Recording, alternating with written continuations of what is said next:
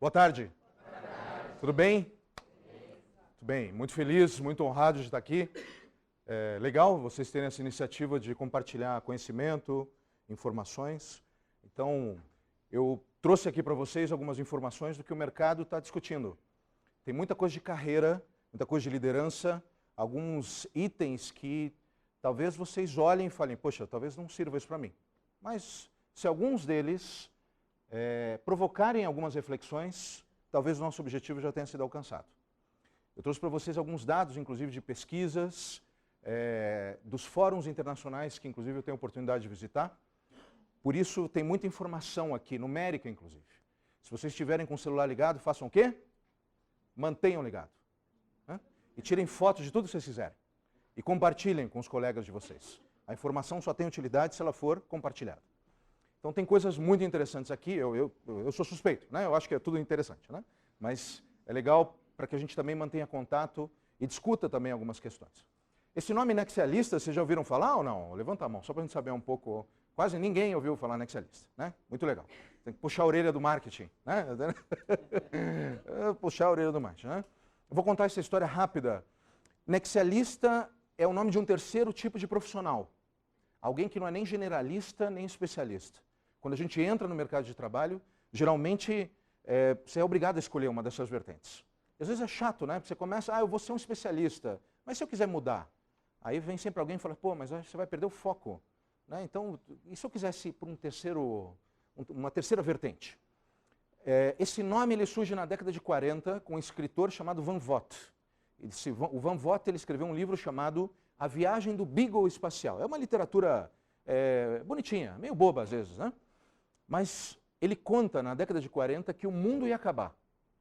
O solo estava muito poluído, o ar ninguém conseguia respirar, a água poluída, e como a humanidade ia morrer, o último suspiro de sobrevivência da nossa espécie foi pedir para que cada país fornecesse seu homem, sua mulher mais inteligente. Eles colocaram num foguete, e esse foguete saiu pelo espaço, procurando o que seria o nosso novo planeta Terra. Cada capítulo, esse foguete aterriza, e sai lá o Prêmio Nobel de Química, Física, e eles começam a falar, poxa, que legal, dá para plantar, olha, a gravidade é bacana, mas nessa hora vem um monstro, vem um tsunami, uma hecatombe, e os caras têm que tomar uma decisão muito rápido. Eles têm que sair da zona de conforto, e é nessa hora que começam as discussões, porque o químico não entende o que o físico fala, que por sua vez não entende o que o engenheiro fala, que por sua vez não entende o que o matemático fala, e a ameaça está vindo e os caras não chegam a tomar uma decisão. Nessa hora surge o protagonista da história. Alguém que não é especialista em nada, mas tem uma incrível capacidade de fazer nexo com o que cada um falou. Poxa, você falou isso, o engenheiro falou isso, o matemático falou isso, o advogado falou isso, a solução é essa. E todo mundo fala, uau, esse cara é incrível. O nome desse cara que faz nexo é o quê? Nexialista. A gente começou a ver que na história da humanidade, algumas pessoas se destacavam mais do que outras. O Leonardo da Vinci, por exemplo, era um nexialista. Para pintar a Mona Lisa, ele foi estudar ótica, porque ele queria que os movimentos das pessoas que vissem o quadro dele, se você já viu a Mona Lisa no Louvre, você sabe do que eu estou falando, você vai se mexendo, parece que a Mona Lisa vai te acompanhando. É meio fantasmagórico. Aquilo é um movimento da ótica chamado prismatificação. O Michelangelo, quando pintou a Capela Sistina, foi estudar anatomia. Ou seja, pessoas que vêm se destacando no mercado, ou pelo menos se destacaram na história, são nexialistas. E a gente começou a fazer uma pesquisa. Por que algumas pessoas nas empresas crescem? Algumas chegam no topo da pirâmide. Vocês sabem disso. Às vezes o cara entra no mercado de trabalho muito rapidamente, é um jovem ou uma jovem, e 2, 3 anos ele já vira gerente, daqui a pouco já está diretor, chega presidente. Outros são mais felizes, alguns ganham mais dinheiro que outros. O fato é que algumas pessoas crescem, outras não. E a gente queria saber por quê. Algumas pessoas ficam estagnadas na carreira. A gente fez uma pesquisa grande com presidentes de empresa, que vocês vão ver, com a resposta de quais são os comportamentos, hoje, que fazem alguém se destacar no mercado. E eu vou mostrar para vocês o resultado dessas pesquisas de uma maneira muito diferente. Quando a gente lançou a Nexialistas há 3 anos atrás, a gente fez essa pesquisa, chegaram bancos contratando a gente, chegaram empresas de teleco, de consumo, varejo, a gente começa a fazer um monte de coisas diferentes, treinamento, desenvolvimento, E há um ano atrás, a gente recebe a visita de um fundo americano de Venture Capital que compra metade da empresa. Hoje eu tenho um sócio americano que eu nunca vi na vida, pra vocês terem uma noção. Só manda e-mail assim, congrats. Então, por enquanto, está legal. Aí o cara falou, we need to talk. Aí seria um problema. Desde que a empresa foi comprada por esse fundo americano, o meu papel é visitar fóruns internacionais. Esse ano eu já fui para Davos, para o SXSW, para o Coliseum, para a TD, para pegar posturas, tendências das pessoas que vêm se destacando. É um trabalho chato, acreditem. É um jet lag desgraçado, é um sono. Mas é muito legal estar aqui com vocês para compartilhar finalmente, porque a visita para esses fóruns, às vezes, pode ter certeza que é um exercício meio de solidão. Você vai lá ver os caras falando, então tem nomes muito legais que vocês podem seguir também e olhar, que são pessoas que estão discutindo temas absolutamente críticos para a evolução, nossa evolução enquanto profissional, enquanto ser humano. As coisas que a gente mais ouve falar nesses fóruns internacionais é algo que vocês já sabem. O mundo está mudando rapidamente. Yes, a gente sabe disso. Me fala alguma coisa que eu não sei ainda. O mundo está mudando rapidamente. As coisas são um processo tão violento de transformação que quando você pega seu celular, abre lá o seu Apple Play, o seu Google Play, o seu iTunes, você vê um monte de aplicativo. Você fala, nossa, mas não estou usando nada. Você entra numa livraria, você vê uma quantidade absurda de livros. Ou abre o seu Netflix, tem uma quantidade absurda de séries. Spotify, com músicas. A produção de conteúdo, o lançamento de novas teorias é muito crítico. E isso não acontecia há tempos atrás. Para vocês terem uma ideia, no século XX, a gente conseguia descrever o mundo que a gente vivia por uma curva S. A lógica do século XX era mais ou menos assim. As coisas estavam estagnadas, aí vinha uma grande invenção, mudava tudo, mas voltava a se estagnar. Então a gente tinha tempo de se adaptar às mudanças. Quem sabe viveu a época do videocassete, 4 cabeças autolimpante, sabe do que eu estou falando. Um monte de gente falando, não sei o que é isso. Incrível, né? Você pagava R$1 se você não fizesse o que na fita? Rebobinar. Fala para o seu filho esse verbo. Vê se ele sabe o que significa rebobinar. Mas você viveu um tempo muito grande com o videocassete. Primeiro, e o computador 456, que era super avançado. Antes você tinha um 156, o 256, cada ano você tinha tempo para se adaptar. Os processadores, eles levavam, tinha um Intel 4.0, mas você já sabia que você estava no Intel 2.0, no ano seguinte já vinha o 3. Então você conseguia se programar para as mudanças. Hoje a descrição do século XXI é uma curva que não tem sentido, você não consegue ver o fim. É um processo exponencial. O século XXI é descrito como uma nova era. A gente está falando da era do silício, por causa do Vale do Silício. As empresas, por maiores que elas sejam, elas têm funcionários com competências novas, competências diferentes. Por exemplo, uma que está sendo muito citada é Mindset Startup. A gente trabalha numa empresa enorme, com 400, 500 pessoas, ou 6.000 pessoas, não importa. As pessoas precisam ter mentalidade de startup. Estão trabalhando em squads, com metodologia ágil, para baixo e para cima, mas estão entendendo a dor do cliente. Estão se posicionando de uma maneira diferente. As coisas são tão rápidas que, inclusive, as redes sociais trazem algumas brincadeiras interessantes que, no fundo, mostram a velocidade dessa transformação. Há uma convenção que mostra que se alguma coisa que é criada alcança 50 milhões de usuários, significa que ela foi incorporada pela humanidade. Só para vocês terem uma ideia, o telefone levou 75 anos. A gente colocava telefone nos nossos impostos de renda. Você lembra disso? Rico era o cara que tinha 10 linhas. Hoje, qual que é o sinônimo de riqueza? Certamente não é linha telefônica. Aliás, talvez seja sinônimo de pobreza. Por que você precisa ter tanto telefone para se comunicar? Então você começa a ver inversão de valores. Porém, o rádio levou quase que metade disso. 38 anos para alcançar 50 milhões de usuários. E a hora que você acha que as coisas estão muito rápidas, aparece um fenômeno chamado televisão, que leva 1/3, 13 anos. E aí vem a internet, com 4 anos, e o nosso querido iPhone em 3. 3 anos para alcançar 50 milhões de usuários. E a hora que você acha que já viu de tudo, é muito veloz, aparece um troço chamado Instagram, que em apenas 2 anos revoluciona o mercado. 50 milhões de pessoas. E aí a hora que você acha que já viu de tudo, aparece um troço chamado Angry Fucking Birds. Em 35 dias, 50 milhões de pessoas mudam seus hábitos. E a hora que você acha que fala assim, cara, já está muito rápido esse troço. Não, pode piorar. Pokémon GO. 15 dias. Em 15 dias, 50 milhões de pessoas mudam seus hábitos, adquirem novas atitudes, repensam suas formas de viver. E às vezes nós, em 15 dias, sequer lemos um livro. Em 15 dias, sequer pedimos ou damos feedback. Em 15 dias, sequer respondemos um e-mail que fica fritando na nossa caixa. Às vezes você pega o seu cursor e joga lá para o começo do e-mail, você tem um e-mail de 1986. Você fala, uma hora eu respondo esse troço. Então, mas ele está em banho-maria, aquele negócio está curando no seu e-mail, daqui a pouco vira um queijo. Roquefort. Não, mas em 15 dias muda tudo.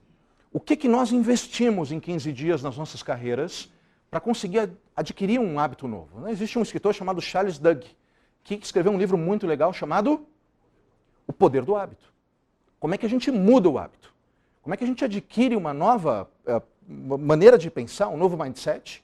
E o Charles Duhigg menciona também uma outra autora muito interessante chamada Carol Dweck, que escreveu outro livro fantástico chamado Mindset. Que é como é que eu deixo de ter um mindset tradicional, cartesiano, mais matemático e passo a ter um raciocínio muito mais dinâmico, emocional, muito mais on demand. Por que a gente está falando tudo isso? Porque o mundo, esse slide vem de Davos. Ele foi mostrado naquela conferência que a gente conhece bem e ele está em espanhol. Eu trouxe justamente para dar a naturalidade da forma como eu tive acesso a essa informação.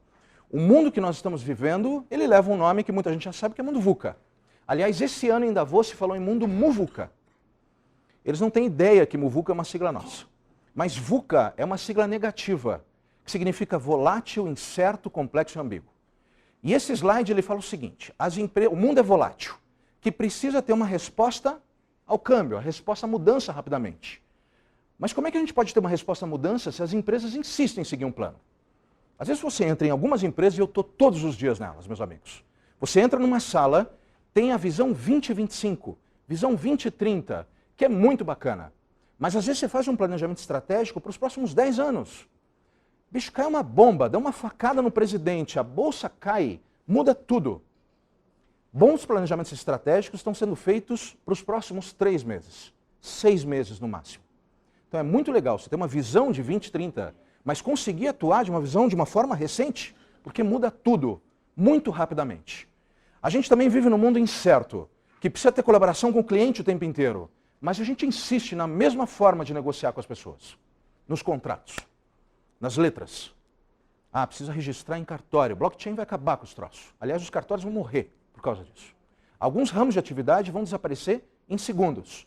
Não faz mais sentido você ir numa casa de câmbio. Não faz mais sentido. Não faz mais sentido você enxergar outros ramos de atividade que também não vão funcionar mais daqui a pouco. A gente olha alguns aspectos não só como cartório, casa de câmbio, blockchain. Você vai poder ter a sua impressora 3D dentro de casa. Você vai assistir o Oscar, meninas assistindo o Oscar, vê o vestido da Angelina Jolie, você faz um download na sua Smart TV, liga na sua impressora 3D, você deixa a noite inteira produzindo aquele vestido e no dia seguinte você vai para o Banco Volkswagen vestido como Angelina Jolie. Escolhe inclusive o tamanho que você quer, né? Aquele tamanho, vai até GG se for o caso. Vai. Eu tive a oportunidade de ver uma máquina que produzia sushi. Nós vamos decidir o que nós vamos comer em casa. Eu tive a oportunidade de ver um cachorro chipado. E ele manda informação, dependendo do latido dele, o celular interpreta o tipo de latido ou tipo de miado. O que vai acontecer com a indústria veterinária? A indústria farmacêutica? As coisas vão mudar radicalmente. A gente vem de um mercado que os carros vão ser autônomos. Não faz mais sentido as autoescolas avaliarem se você sabe dirigir ou não com um carro automático, com um carro mecânico. Você está aprendendo um carro automático, aí você chega na autoescola, os caras vão ter que se reinventar. Daqui a pouco os carros vão ser, você vai ter o Waze na tela do seu... sabe disso, isso vai acontecer. Né? Hoje em dia você coloca o Waze no painel e você olha o Waze e olha para frente, olha o Waze e olha para frente. Você vai ter um painel onde você vai enxergar tudo isso. O processo está mudando rapidamente. Mas tem muita gente que ainda vive no século XX, que fala, deixa acontecer. Não é o first mover, é o second mover, o third mover. O cara para, ele espera vir o trem da mudança na frente dele.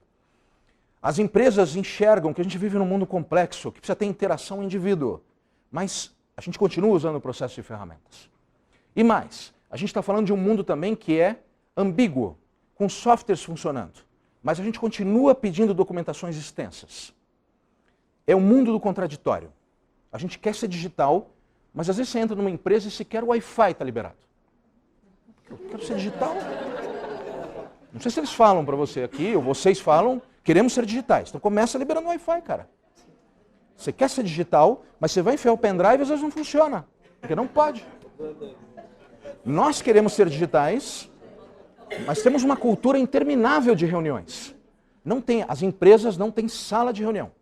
Às vezes tem que fazer um café a reunião, porque não tem sala. Mas, gente, bonitão, a gente quer ser digital. Então, mas por que a gente faz reunião? A gente manda os e-mails com documento atachado. Não usa nuvem, mas a gente quer ser digital.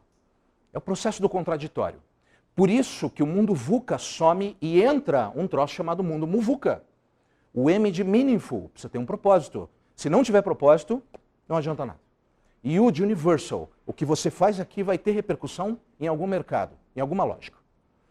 Quando a gente está falando isso, a gente se embasou para perguntar para 150 colaboradores de empresa, 150 presidentes de grandes companhias, quais são as melhores características do seu funcionário. A gente chegou para presidentes da Unilever, de bancos, o Itaú, a gente foi na Telefônica, foi nas maiores empresas que vocês possam imaginar. Deu um trabalho desgraçado, porque foram 5 anos de pesquisa. E a gente perguntava, presidente, quem vai sentar no seu lugar? E ele falava, vai sentar João, vai sentar Maria. E a gente perguntava por quê. A gente começou a mapear quais seriam as respostas desses presidentes. O que vocês vão ver agora são as 8 respostas mais ouvidas. Era impressionante, foram 150 entrevistas, mas a partir da 20ª, as coisas eram muito parecidas. Quais são as 8 grandes características? As respostas foram as seguintes.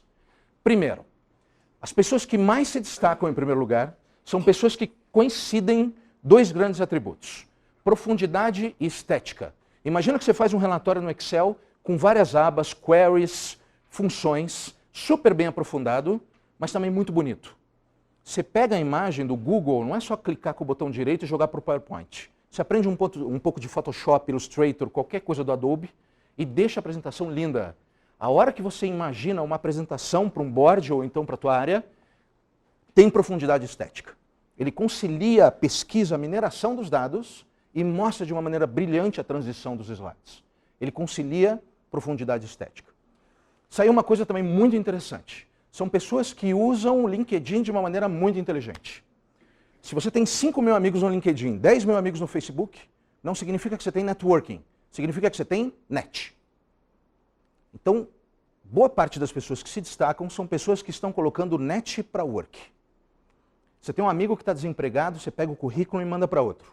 Um amigo que fabrica porca e outro que fabrica parafuso, você apresenta os dois. Você vira o famoso lobista do bem. O lobista tem um caráter negativo, mas esse cara é um exímio conector de pessoas a resultados. É um amigo que está querendo comprar um carro, outro querendo vender. Ele tem uma visão de mercado interessante, o LinkedIn te permite enxergar esses movimentos, e você começa a conectar pessoas. Você vira esse lobista do bem, porque você enxerga esses movimentos. São pessoas curiosas e inconformadas. Primeiro curioso, ele assiste programas, saíram coisas muito interessantes. Você assiste um programa como Caça de Bacalhau no Ártico, no Discovery Channel. Já viram esse programa? Esse troço é estranho. Você não sabe porquê, mas você assiste esse programa. E aí, mas esse programa te libera uma quantidade absurda de sinapses. E você tem uma super ideia. E você vira e fala assim, cara, vou montar um aplicativo de venda de caneta usada. E às vezes a tua esposa, o teu marido está passando e fala assim, você está louca? Você trabalha no Banco Volkswagen? Foca, né, no trabalho. E às vezes a melhor coisa é se separar. Porque não dá para ficar perto de uma pessoa que te puxa para baixo. Alguém tem que empurrar para cima e falar assim, legal, vamos montar uma coisa diferente então? Vamos lá. Foi um desabafo, quase. Mas ok, estamos entre amigos, né? A gente pode falar um pouco. São pessoas inconformadas com o seu próprio KPI. Isso é muito legal. São pessoas, por exemplo, o Banco Volkswagen, ele te traz os KPIs. O que você precisa performar. Pra você ganhar teu bônus, pra você poder crescer. São pessoas que criam seus próprios KPIs e elas criam uma estratégia para subir, para melhorar. Quantos amigos eu tenho, quanto que eu tenho de grana, quanto que eu tenho de dívida, quantos livros eu li, quantos países eu visitei, e quanto que eu quero ter daqui um ano, 2 anos, 5 anos, eu traço estratégia. São pessoas inconformadas com o status quo.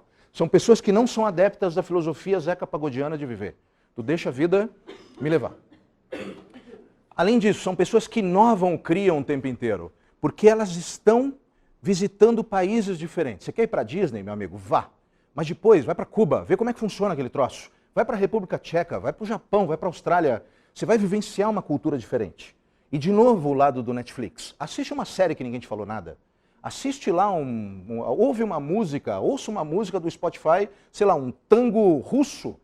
Se permita vivenciar alternativas de desenvolver as soluções mais criativas para você vivenciar culturas. São pessoas que criam aplicativos, querem fazer algum hot site, têm diversas competências paralelas. O cara trabalha no Banco Volkswagen durante o dia, à noite, ele vai fazer gastronomia. E aí você fala, cara, não tem nada a ver. Mas tem tudo a ver. Porque quando você faz gastronomia, artesanato, vai aprender uma outra língua, aprender software, hardware, você volta para cá e desenvolve o raciocínio lógico, capacidade analítica, visão sistêmica, inovação, criatividade. E aí quando você está aqui, você é visto como um cara criativo.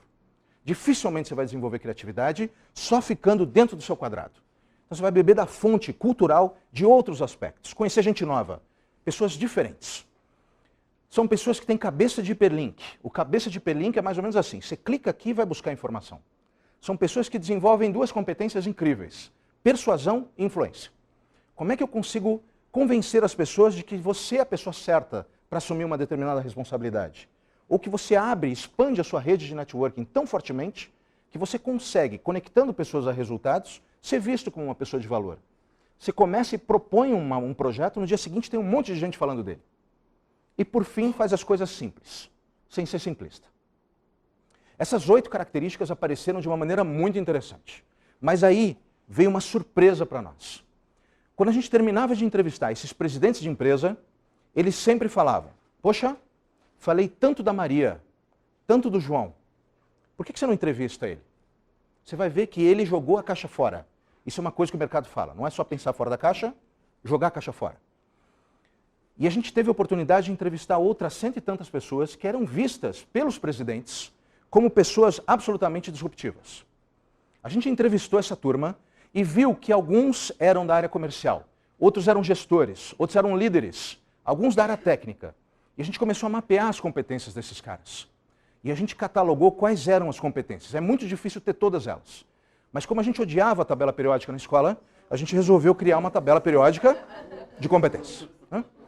É um exercício oftalmológico terrível, mas depois a gente manda, né? Essa apresentação vai ficar para vocês fazerem o que quiserem. Tá? As vermelhas, por exemplo, são as competências pessoais. Saiu iniciativa e acabativa. Senso de ética, organização, qualidade. Isso é uma coisa muito legal. Se você quiser crescer na sua carreira, promover uma transformação na sua vida, isso é nítido. A primeira coisa que você tem que fazer é estar bem consigo mesmo. Boa parte das pessoas que estão crescendo são pessoas que não têm grandes conflitos existenciais. Se você odeia seu nariz, vai lá e quebra. Arruma, cara. Mas o cara fica se lamentando, meu nariz, meu corpo, não aguento, meu casamento é uma porcaria. Vai lá e separa. É melhor um fim horroroso do que um horror sem fim. Então decide. Como é que você quer ser líder, presidente? O cara é CFO de uma empresa, não dá para o cara estar no cheque especial. Tolado em dívida, quase no SPC. Então, é justamente a dúvida do querer ser e ser atualmente. Mas é muito legal, quem viu o filme do Elton John, tem uma frase incrível que ele fala. Aquele homem que você é desaparece quando você permite emergir o homem que você quer ser, ou a mulher que você quer ser. Depois saiu as competências sociais, são as laranjas. São pessoas que gostam de se relacionar e conversar com as pessoas. Boa parte das pessoas que estão na nossa vida são pessoas e amigos da nossa infância, ensino médio, no máximo colégio, ensino fundamental. Nós não permitimos que muitas vezes as pessoas entrem nas nossas vidas, porque se elas estão se aproximando deve ter algum interesse sexual, financeiro ou alguma outra coisa que ainda não identifiquei. Por isso é melhor ficar longe. Mas você deixa de criar alianças estratégicas com as pessoas com medo de que elas possam usufruir de alguma coisa numa via de mão única. Saíram as competências comerciais, as técnicas, as de gestão e as de liderança. E tudo isso mostra que o mais importante de tudo isso é que você precisa investir o tempo inteiro no desenvolvimento de novas competências. Falta de dinheiro não é mais desculpa para isso. Os RHs, os chefes, não têm mais energia, dinheiro à disposição para ficar investindo na carreira dos funcionários. A responsabilidade é sua. Você que tem que ir atrás. Ah, eu não tenho dinheiro. Não tem problema. A internet tem um monte de curso gratuito. Tem um curso, inclusive, chamado MOOC. M de Maria, O-O-C. Massive Open Online Courses. São cursos de Harvard, INSEAD, Wharton, Dauphine, que são contratados por grandes empresas. Depois de um mês, eles tiram a parte estratégica e libera gratuitamente na internet.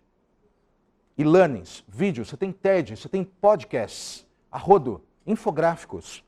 Não é mais aceitável alguém deixar de investir no seu desenvolvimento, sequer por um dia que seja. É o conceito chamado lifelong learning. Como é que eu aprendo o tempo inteiro, inclusive no momento do meu trabalho? Eu não separo o momento da aprendizagem, eu estou aprendendo constantemente. Quando a gente evolui e coloca esse contexto numa revolução industrial, com impressora 3D, drones, robótica, a sensação muitas vezes é, daqui a pouco vai ter um robô que vai fazer o que eu faço. Coitado de mim, o que vai acontecer? E vai ser ótimo se a gente conseguir robotizar o máximo possível de coisas para que nós possamos ficar liberados para atuar naquilo que a gente sabe fazer de melhor, que são ações com empatia. Os robôs nunca vão conseguir fazer isso. A quarta revolução industrial é uma grande régua que faz as pessoas terem que se desenvolver quase que à força. O último congresso que eu fui nos Estados Unidos, eu sentei do lado de um cidadão, eu ficar 11 horas do lado dele, Daniel, eu falei assim, bater papo com o cara. Hã? E aí, como é que você está? Tudo bem?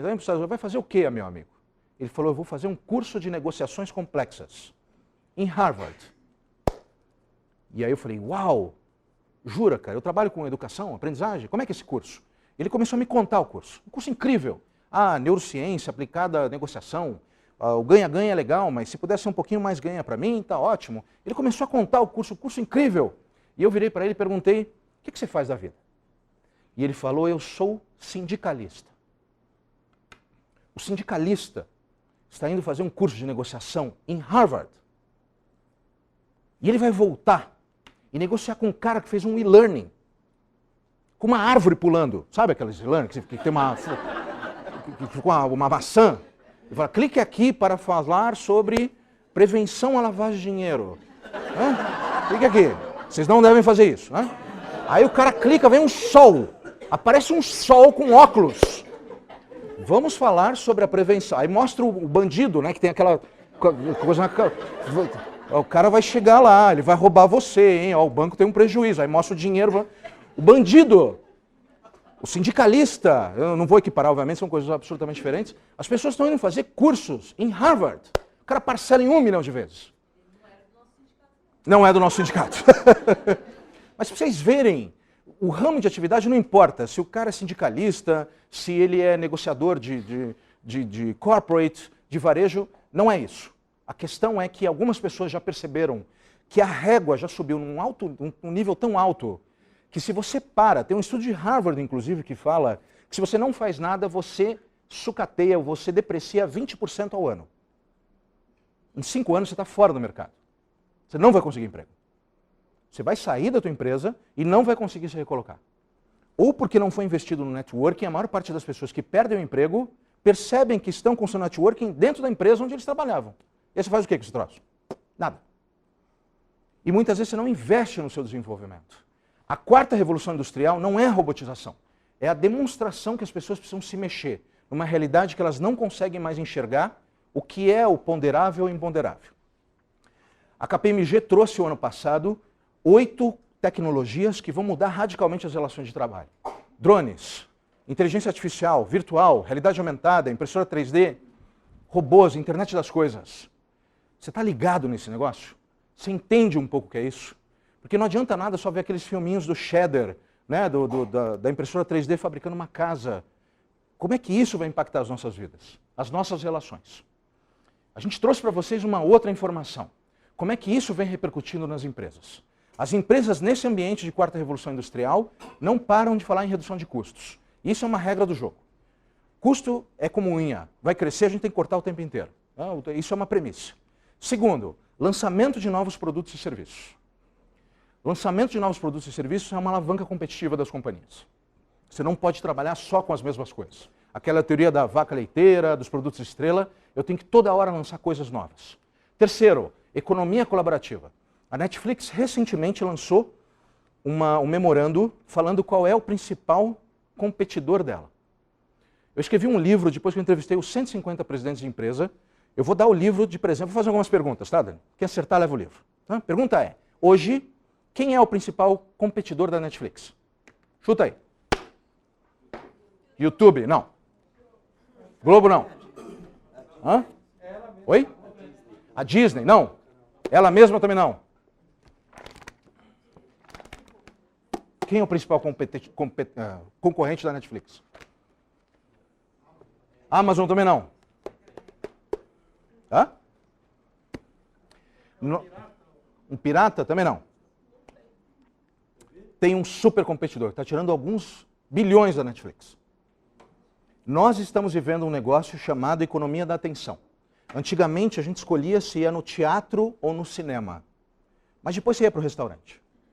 Você escolhia o que você queria fazer. Mas basicamente você dividia a atenção entre cinema e teatro que não competiam até então. Mas começaram a competir. E hoje, meus amigos, o principal atributo de valor que um consumidor tem é a atenção. As pessoas ficaram emputecidas com a Betina. Lembra dela? Não porque ela prometeu uma rentabilidade incrível, mas porque você queria ver o filme da Lady Gaga no YouTube e ela aparecia, roubando a sua atenção. Nós vivemos a economia da atenção. O maior valor que nós temos hoje e o valor que o mercado tem é para onde o consumidor está direcionando a sua atenção. O maior competidor da Netflix hoje é um jogo chamado Fortnite. Quem tem filho aqui sabe do que eu estou falando. Os jovens, as crianças e os adultos estão jogando Fortnite ao invés de assistir Netflix. Maluco isso. Isso é a economia da atenção. É radical. Tudo está se transformando. Nós, enquanto serviços financeiros e indústria automotiva, vamos concorrer com coisas que não tem nada a ver.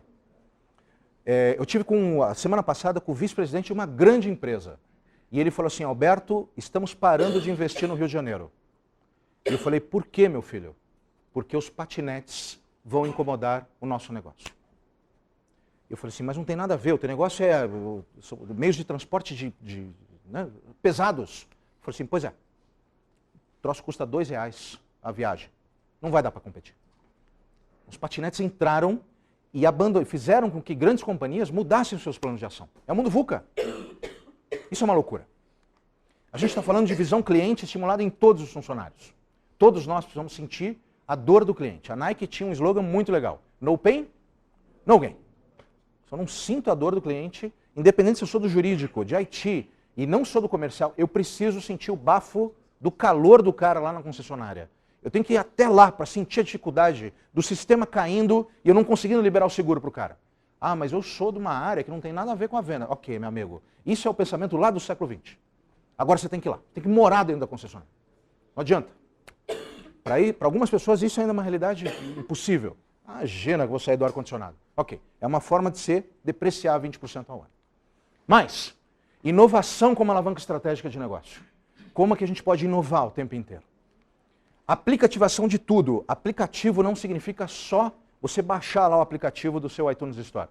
Significa que se você é do comercial e quer falar com crédito, será que não tem um aplicativo para facilitar o processo de subir as propostas? O comitê de crédito pode ter um aplicativo que só funciona aqui dentro, mas é rápido, ágil, didático, transparente.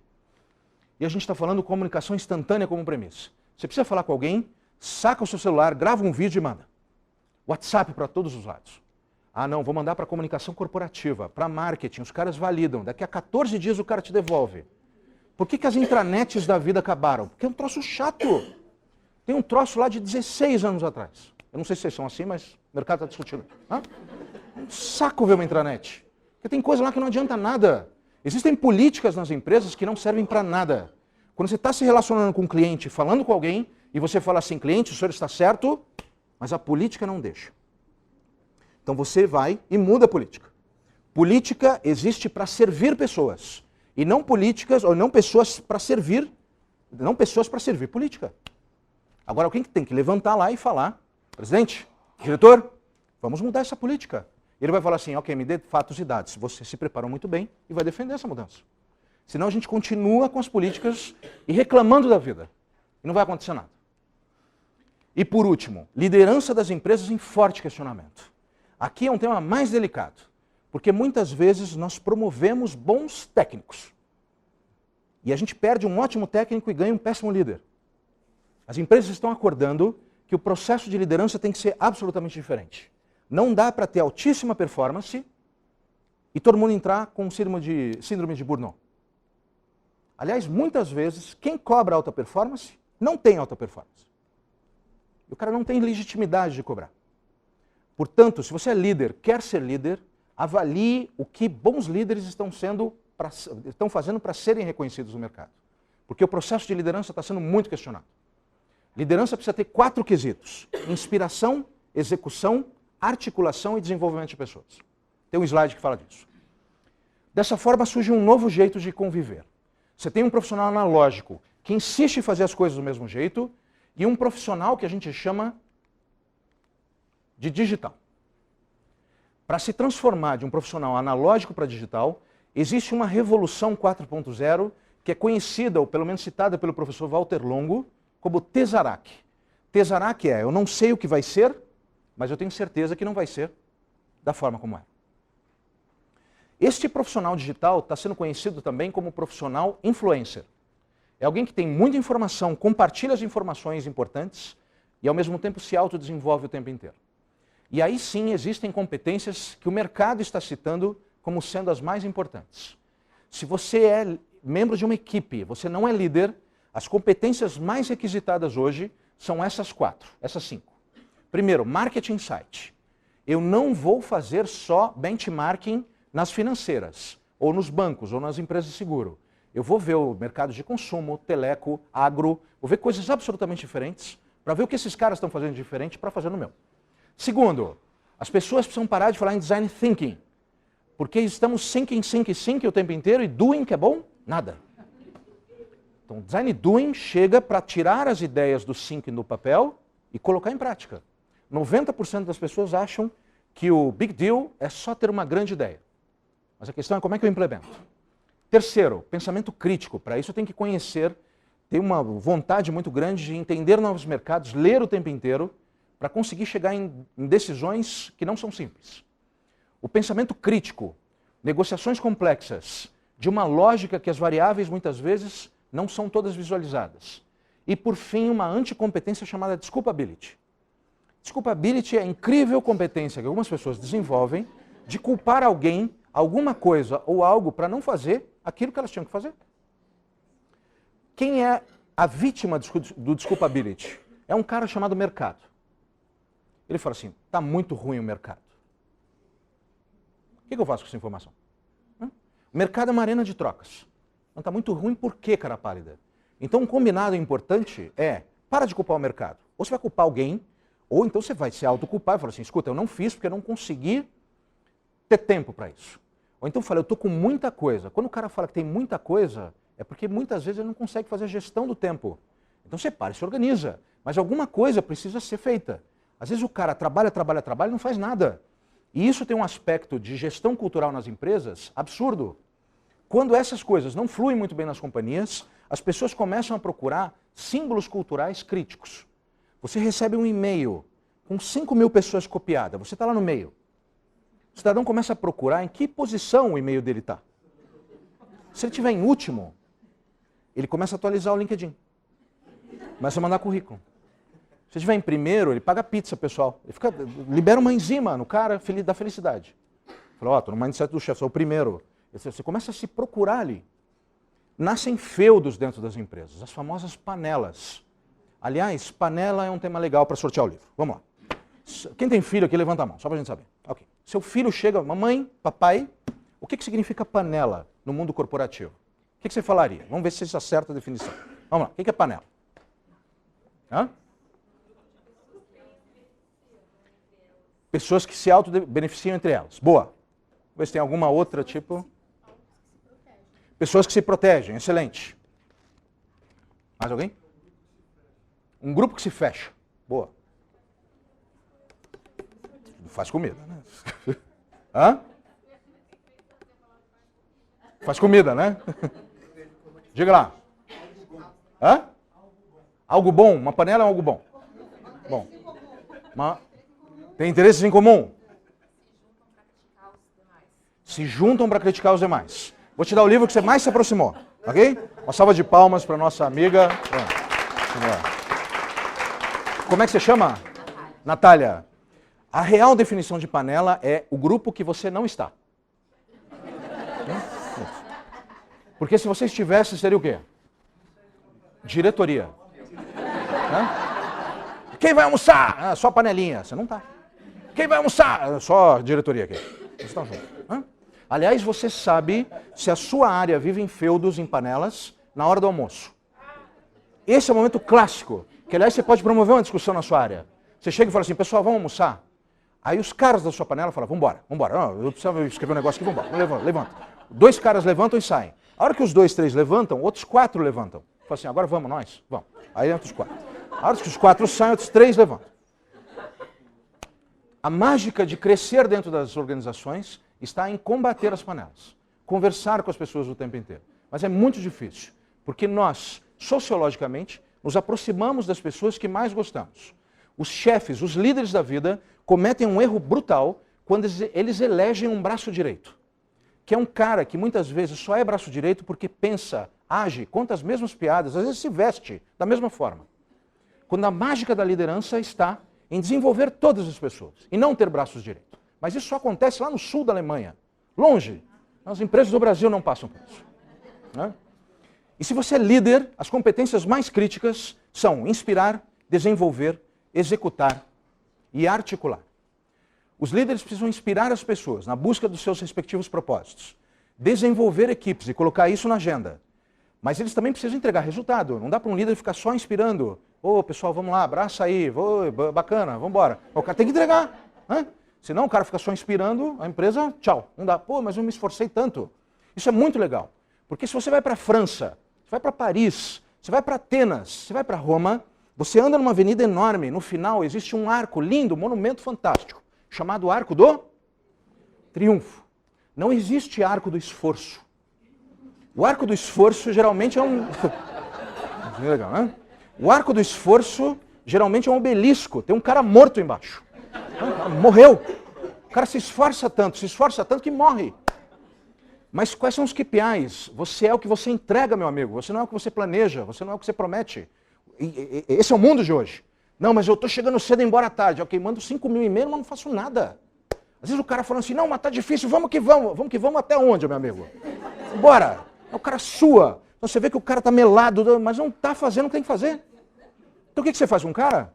Demite. E ele vai embora chateado.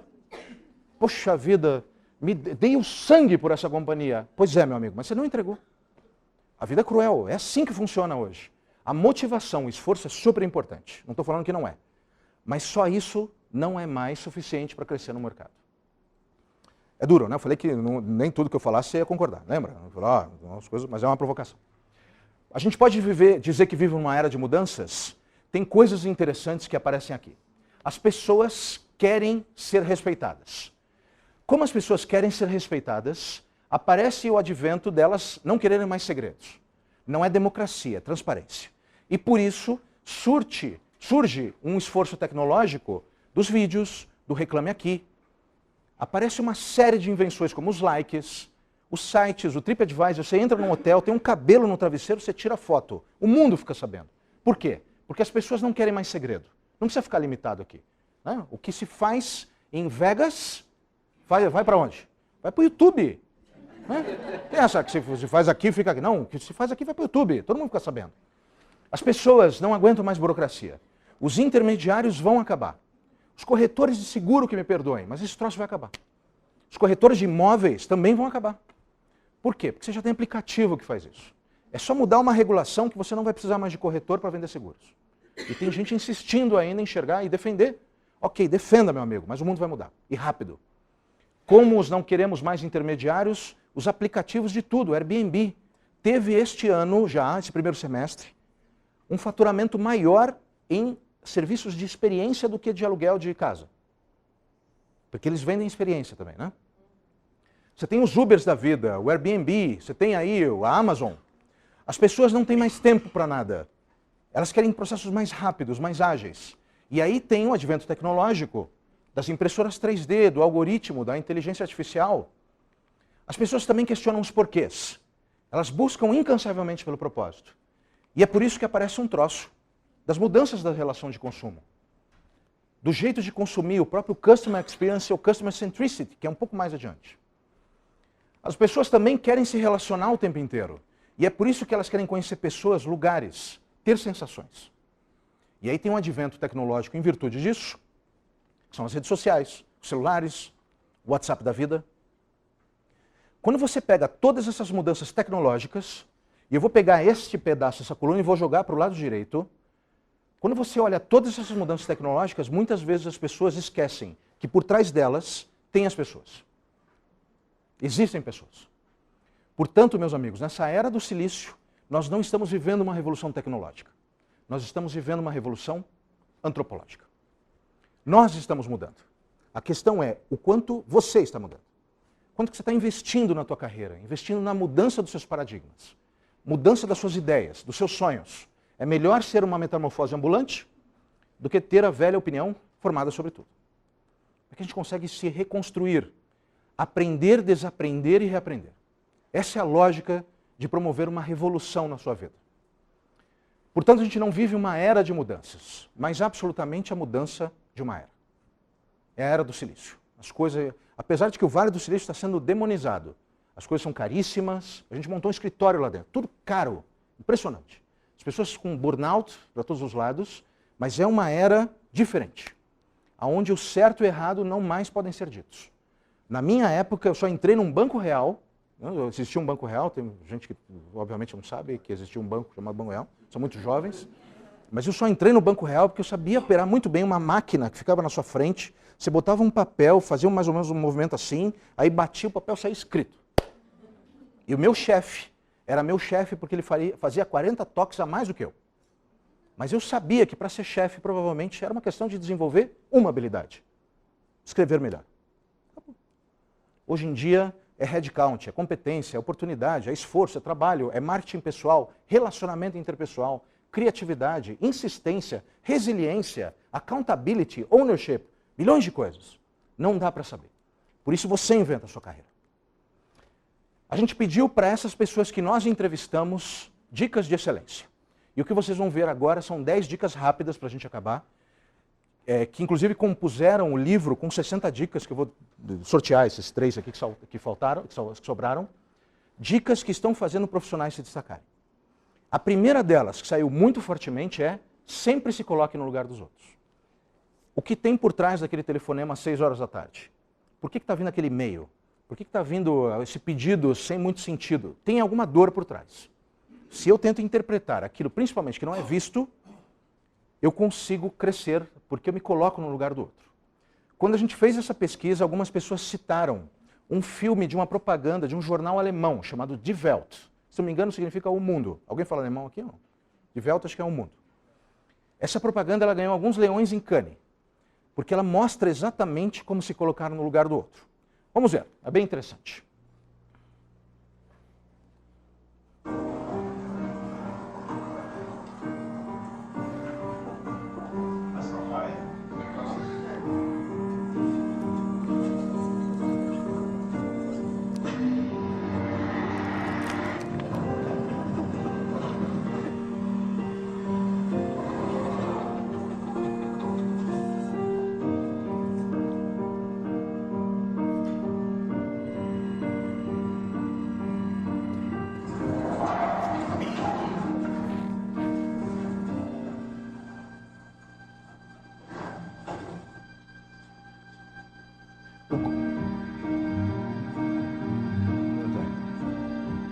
O Gros arquiteto, o mundo pertence àqueles que pensam de forma diferente.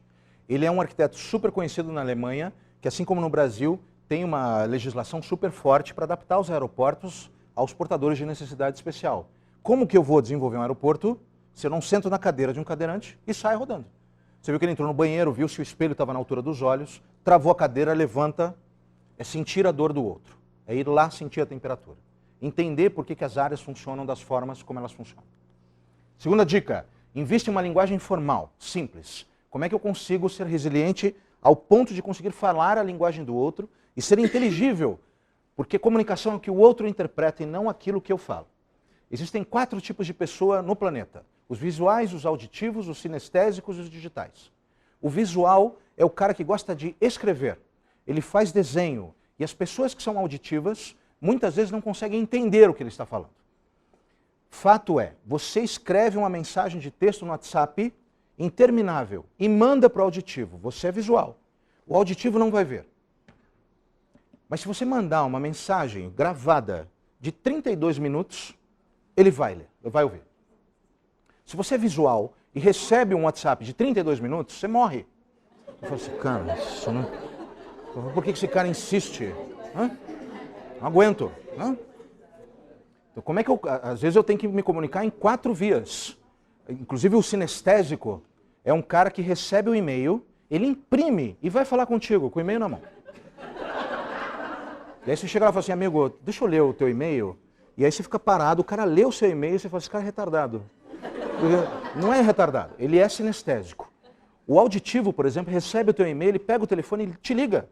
E ele começa a ler o seu e-mail. Aí você fala, esse cara é retardado. Não é retardado, esse cara é auditivo.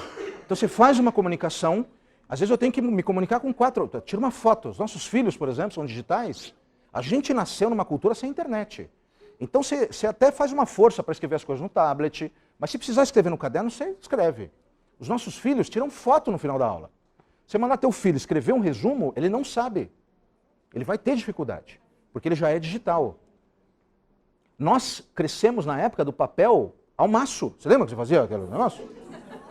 Pergunta se seu filho faz uma... Imagina, ele vai imprimir o negócio. Entra lá no Wikipedia e leva impresso. Os professores estão dando um trabalho desgraçado para conseguir fazer que os alunos aprendam. Porque ele tira uma foto no final. E fala, não, já tirei uma foto, professor. É um outro mundo. Quando a gente ouviu esse exemplo, foi citado um texto do Lego. Um garoto mandou uma carta para o Lego, bem interessante. A letra pequena, eu vou ler para vocês. Ele escreveu o seguinte, olá, meu nome é Luca Apps, eu tenho 7 anos. Com todo o dinheiro que ganhei do Natal, comprei o kit Ultrasonic Rider, do Ninjago.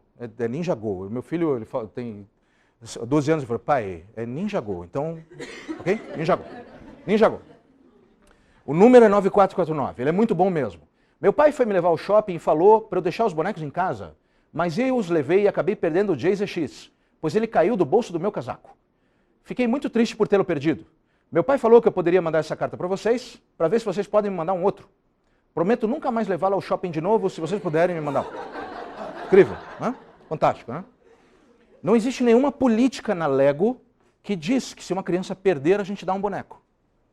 Mas isso cai na mão de um funcionário que se coloca no lugar do cliente, que se coloca no lugar do outro, sente a dor e fala a linguagem simples e responde dessa forma. Luca, falei com o Sansei Vu, que é o nome do bicho lá da coleção. Que você perdeu o seu boneco do Jay em uma situação totalmente acidental. E que isso nunca mais vai acontecer de novo. É a linguagem da criança. Então o Sansei me pediu para falar isso para você. Luca, seu pai parece ser um homem realmente muito sábio. Você deve sempre proteger os seus bonecos Ninjago como os dragões protegem as armas Ciclo. Sansei Vu também me disse que está tudo certo e mandaremos um novo boneco Jay para você. Além disso, somente um fã de verdade gastaria todo o seu dinheiro de Natal com o kit completo. Por conta disso, mandaremos algo extra para você. Esperamos que você goste do Jay que vai receber, com um kit completo de armas e o nosso presente, um cara realmente mau que possa lutar com ele. Mas lembre-se sempre do que Sansei Vu disse.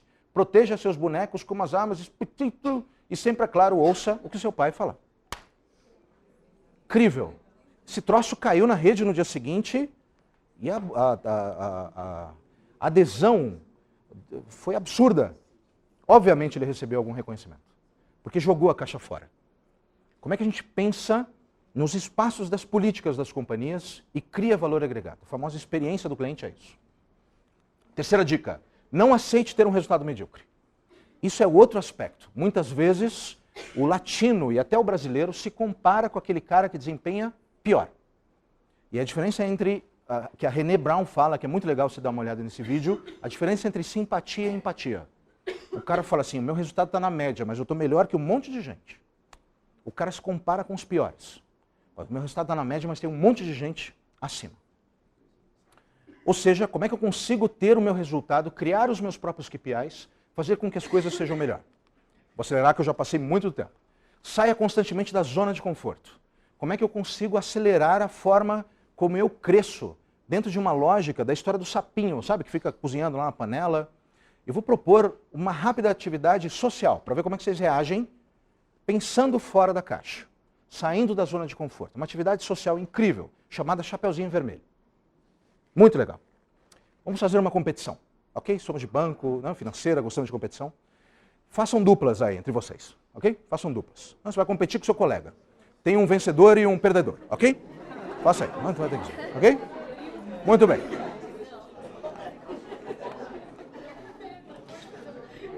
Se você quiser, puder, vira um pouquinho a cadeira, tá? Porque você vai precisar olhar bem para a pessoa aí que você vai, ok?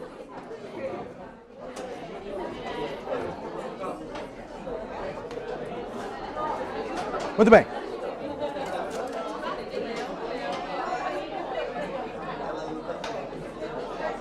Preparado ou não? Ok. Como é que funciona? É super fácil. Você lembra daquele troço do passo-repassa? Você fica com a mão aonde? Na orelha. Se você tem orelha de abano, você já leva uma vantagem. Pequena, mas leva, ok? Você põe a mão na orelha e eu vou ler um texto. O nome do texto é Chapeuzinho Vermelho. Toda vez que eu falar a palavra vermelho, vermelha, vermelhos ou vermelhas, você vai dar um leve tapa na sua perna. Na sua perna. Ok? Sua perna. Sua perna. Fazer isso, ok? Se você for mais rápido do que a pessoa, você fez um ponto. Mas eu vou ler o texto no gás. Então você tem que prestar atenção na pontuação e no texto. Ok? Se você bater errado, não perde ponto. De novo, hein? Vermelho, vermelha, vermelhos e vermelhas. Não precisa arrebentar com o teu joelho. O cara sai mancando. Vai na boa. Mas seja honesto com o seu colega. Né? Se bateu primeiro, se foi junto, empate, acabou. Então eu vou começar a ler o texto, ok? Vamos lá. Vou ler e vou no gás, tá bom? Vamos lá. Aí você volta para a orelha, né? Porque tem cara que fica mais ou menos assim, né? Na orelha, né? Posso ir ou não? Ok. Vou começar a ler, hein? Presta atenção, hein? Era uma vez uma linda menina que se chamava Chapeuzinho Verde.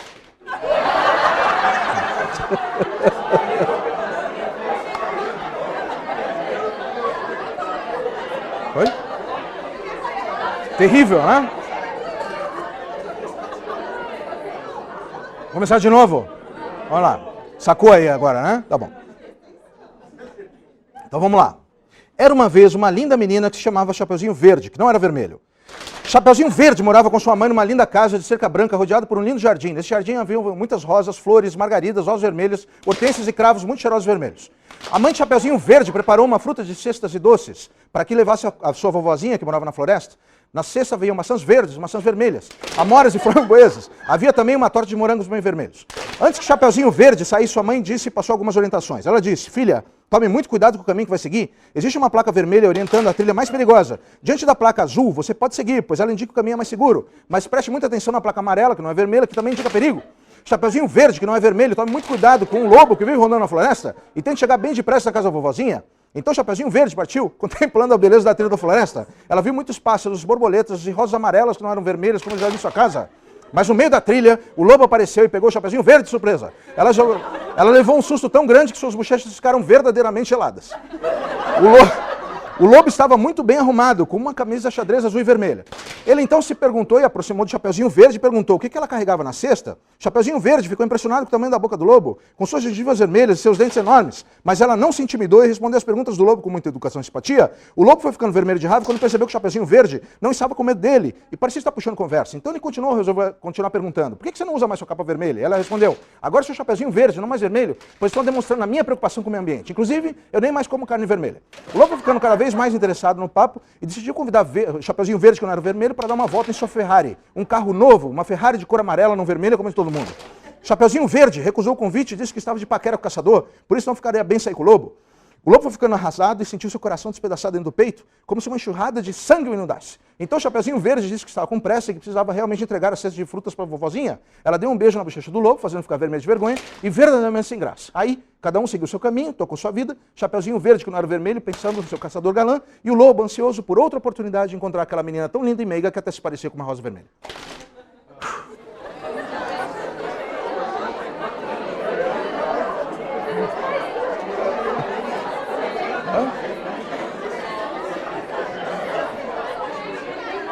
Ó, hein? Quem ganhou aí? Hã? Hã?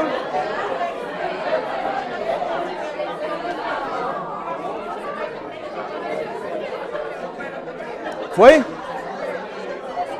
Tudo bem.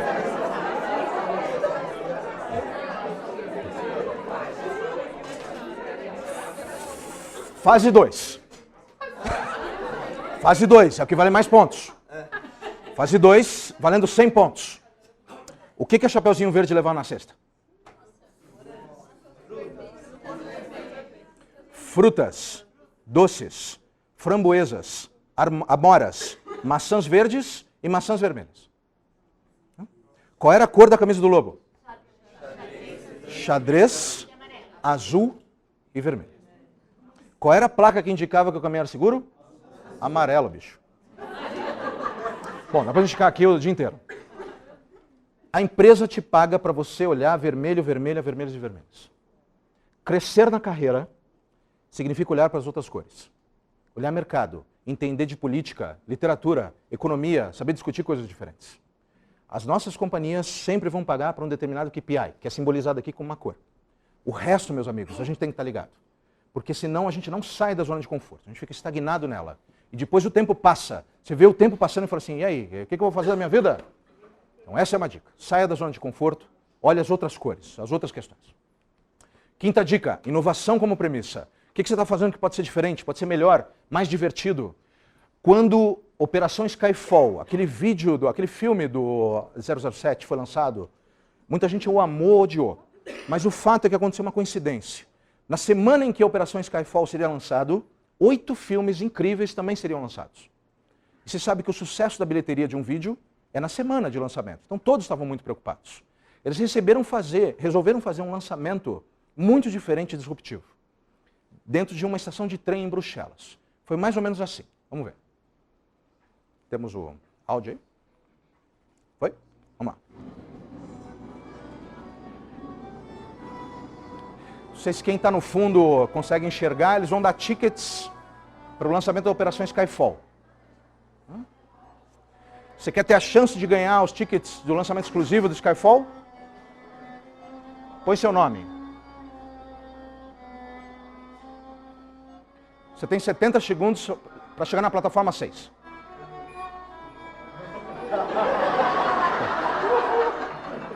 Parece fácil, mas a gente vai fazer mais difícil.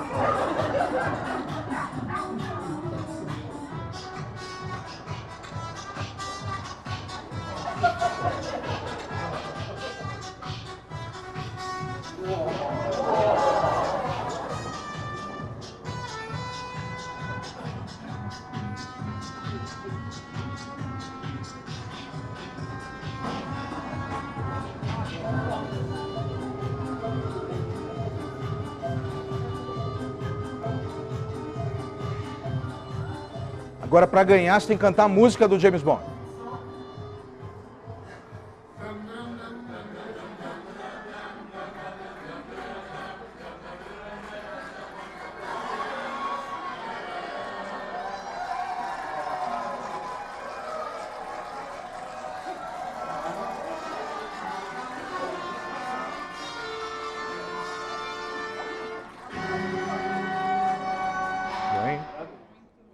Muito legal. Não custou nada essa ação. Dia seguinte, 12 milhões de pessoas assistiram esse vídeo e preferiram Operação Skyfall. Como é que a gente consegue desenvolver uma coisa inovadora, diferente, e não custou nada? Não necessariamente precisa ter custo para fazer inovação. Então avalia dentro da tua área o que você pode fazer de diferente, o que pode ser melhor, mais rápido, mais barato, e se for possível ser divertido, melhor ainda. A vida precisa ser divertida, né? Já basta as agruras que a gente vive aí fora.